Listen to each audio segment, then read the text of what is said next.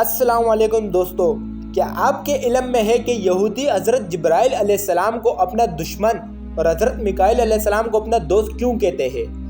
یقیناً بیشتر افراد اس سے ناواقف ہوں گے۔ یہ ایک ایسا سوال ہے جس کا جواب ہر مسلمان کو آنا چاہیے۔ یہی وجہ ہے کہ آج ہم آپ کو اس عام سوال کا جواب دینے جا رہے ہیں۔ آج ہم آپ کو یہودیوں کے بارے میں ایسے حقائق بتائیں گے کہ جنہیں جان کر آپ دنگ رہ جائیں گے، لہذا اس قیمتی اور معلوماتی ویڈیو کو آخر تک ضرور دیکھیے گا، اور اگر آپ کو یہ ویڈیو پسند آئے اسے لائک کرتے ہوئے اپنے دیگر دوستوں کے ساتھ شیئر ضرور کیجیے گا۔ تو آئیے چل کر موضوع کا آغاز کرتے ہیں۔ پیارے ساتھیوں، یہودی کبھی اللہ کی پسندیدہ قوم ہوا کرتی تھی، لیکن تکبر، فرعونیت اور شرک نے ان پر بدبختی کی مہر لگا دی، اور اللہ نے یہودیوں کو دردناک عذاب سے دوچار کیا۔ یہودی وہ لوگ ہیں جنہیں عرف عام میں بنی اسرائیل بھی کہا جاتا ہے۔ ان کا مذہب دنیا کے اہم ترین مذاہب میں شامل ہے۔ ان کو بنی اسرائیل اس لیے کہا جاتا ہے کہ یہ حضرت یعقوب کے ماننے والے تھے، اور اسرائیل حضرت یعقوب علیہ السلام کا لقب ہے۔ شاید مسلمانوں سے ان کی نظریاتی دشمنی اس لیے بھی ہے کہ یہ بنی اسرائیل کو بہت سی قوموں سے اعلیٰ اور برتر جانتے ہیں، مگر یہ بھی مانتے ہیں کہ اب ان سے یہ اعزاز چھین لیا گیا۔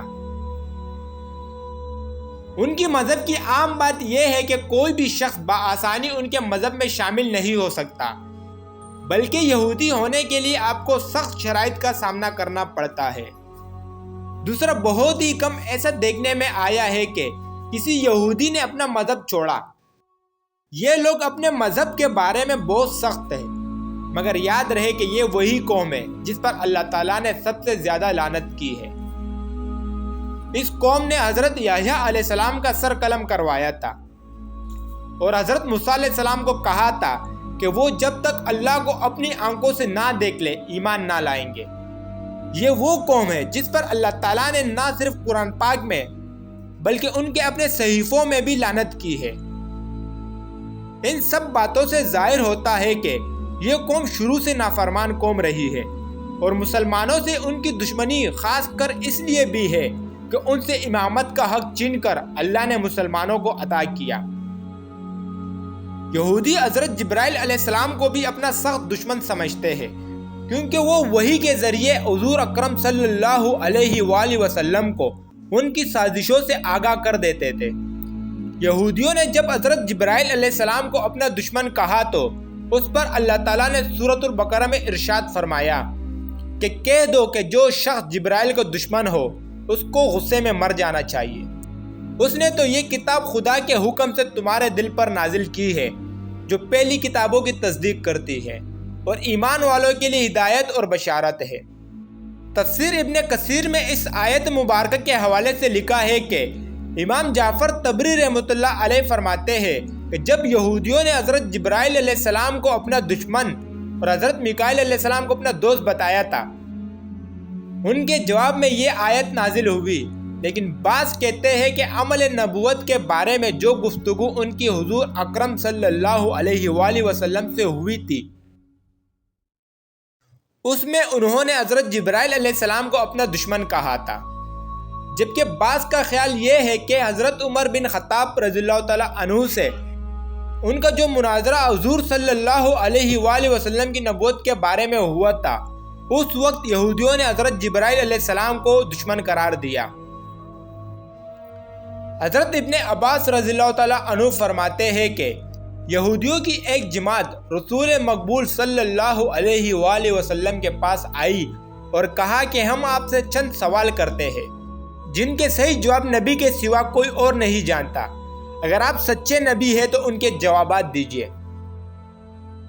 آپ صلی اللہ علیہ وآلہ وسلم نے فرمایا، بہتر ہے جو چاہو پوچھو، مگر عہد کرو کہ اگر میں ٹھیک ٹھیک جواب دوں گا تو تم میری نبوت کا اقرار کر لو گے اور میری فرمانبرداری کے پابند ہو جاؤ گے۔ انہوں نے آپ صلی اللہ علیہ وآلہ وسلم سے وعدہ کیا اور عہد دیا۔ اس کے بعد آپ صلی اللہ علیہ وآلہ وسلم نے حضرت یعقوب علیہ السلام کی طرح اللہ عز و جل کی شہادت کے ساتھ ان سے پختہ وعدہ لے کر انہیں سوال کرنے کی اجازت دی۔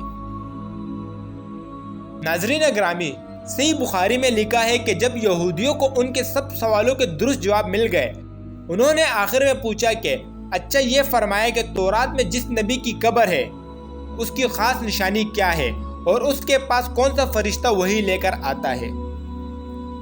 اس پر آپ صلی اللہ علیہ وآلہ وسلم نے فرمایا کہ اس کی خاص نشانی یہ ہے کہ اس کی آنکھیں جب سوئی ہوئی ہو اس وقت اس کا دل جاگتا رہتا ہے۔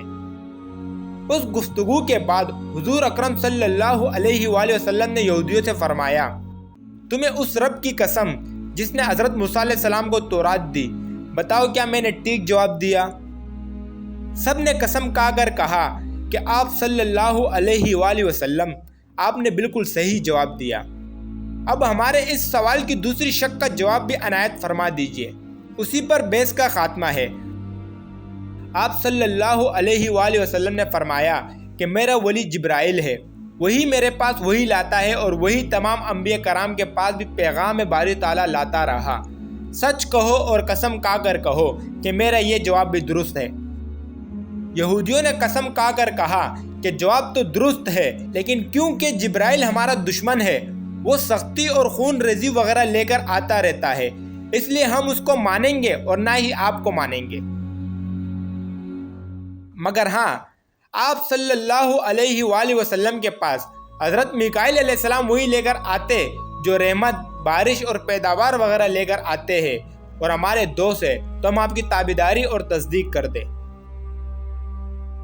یہودیوں کی کتاب میں بھی حضرت میکائیل علیہ السلام کے بارے میں لکھا ہے کہ قوم یہود کے لیے وہ زیادہ معتبر فرشتہ تھا، جبکہ حضرت جبرائیل علیہ السلام یہودیوں کے دشمن ہے۔ ناظرین گرامی، یہودی شاطر اور چالاک قوم ہے۔ یہودیوں کا بادشاہ الیگزینڈر بھی ہوا گزرا ہے، جس نے مسلمانوں کا بے تحاشا خون بہایا، اور کہتے ہیں کہ اس ظالم بادشاہ نے اتنے مسلمانوں کو ذبح کیا کہ ان کا خون گھوڑوں کے سینگوں تک پہنچ چکا تھا، جس پر الیگزینڈر نے غصے لہجے میں کہا تھا کہ بلاؤ اپنے نبی کو اور کہو کہ وہ تمہاری مدد کرے، جس پر سلطان صلاح الدین ایوبی نے قسم کھائی تھی، میں یہودیوں کو بھی اتنا ہی ماروں گا جتنا انہوں نے مسلمانوں کا خون بہایا ہے، اور دوسرا میں الیگزینڈر کی گردن اپنی تلوار سے کاٹوں گا۔ اس کے بعد سلطان صلاح الدین ایوبی نے بیت المقدس آزاد کروایا، مگر قتل عام کی قسم کو پورا نہ کیا، بلکہ اپنی قسم کا کفارہ دیا۔ یہاں تک کہ سلطان صلاح الدین ایوبی اور ان کے بھائی نے یہودیوں کے سرداروں کو اپنے جیب سے پیسے دے کر ان کو آزاد کروایا اور عیسائیوں کے قلعے تک چھوڑ کر آئے اور ساتھ میں سامان مہیا کیا، اور ادھر عباسیوں نے ان کا مال اور ان کی عورتوں پر اپنا قبضہ کر لیا، جس پر یہ کہتے ہیں کہ اچھا ہوتا جو ہم مسلمانوں کے ساتھ رہتے۔ مگر سلطان صلاح الدین ایوبی نے اپنی دوسری قسم پوری کی اور الیگزینڈر کا سر اپنے ہاتھوں سے قلم کیا۔ یہودیوں کا مقصد پوری دنیا پر قبضہ کرنا ہے اور اپنا دین سب سے بلند کرنا ہے، تبھی یہ فلسطین آ کر آباد ہوئے تاکہ ان کا کھویا ہوا مقام واپس مل جائے۔ انہوں نے امریکہ کو سود پر قرضے دیے اور عباسیوں سے ہاتھ ملا لیا اور اپنی توپوں کا رخ مسلمانوں کی طرف موڑ دیا، بلکہ عالمی میڈیا پر بھی ان کا قبضہ ہے، جس کی بدولت وہ آئے دن مسلمانوں کے خلاف پروپیگنڈے کرتے ہیں۔ ان کا اگلا مقصد ہولوگرام ٹیکنالوجی کے ذریعے ایک ایسے شخص کو عیسیٰ علیہ السلام طور پر ظاہر کرنا ہے تاکہ جب حضرت عیسیٰ علیہ السلام کا ظہور ہو تو مسلمان جن کو یہ پہلے ہولوگرام ٹیکنالوجی کے ذریعے آسمان سے اترتا دیکھ چکے ہوں گے ان پر کوئی بھروسہ نہ کرے، کیونکہ کچھ سال پہلے چین میں اسی ٹیکنالوجی سے آسمان پر پورا شہر دیکھا جا چکا ہے۔ دوستو، اگر آپ کو یہ ویڈیو معلوماتی لگی ہو تو اس ویڈیو کو ضرور لائک کریں۔ انشاءاللہ تعالیٰ بہت جلد حاضر ہوں گے ایک نئی ویڈیو کے ساتھ۔ تب تک کے لیے اپنا اور اپنے گھر والوں کا ڈھیر سارا خیال رکھیں۔ اللہ حافظ۔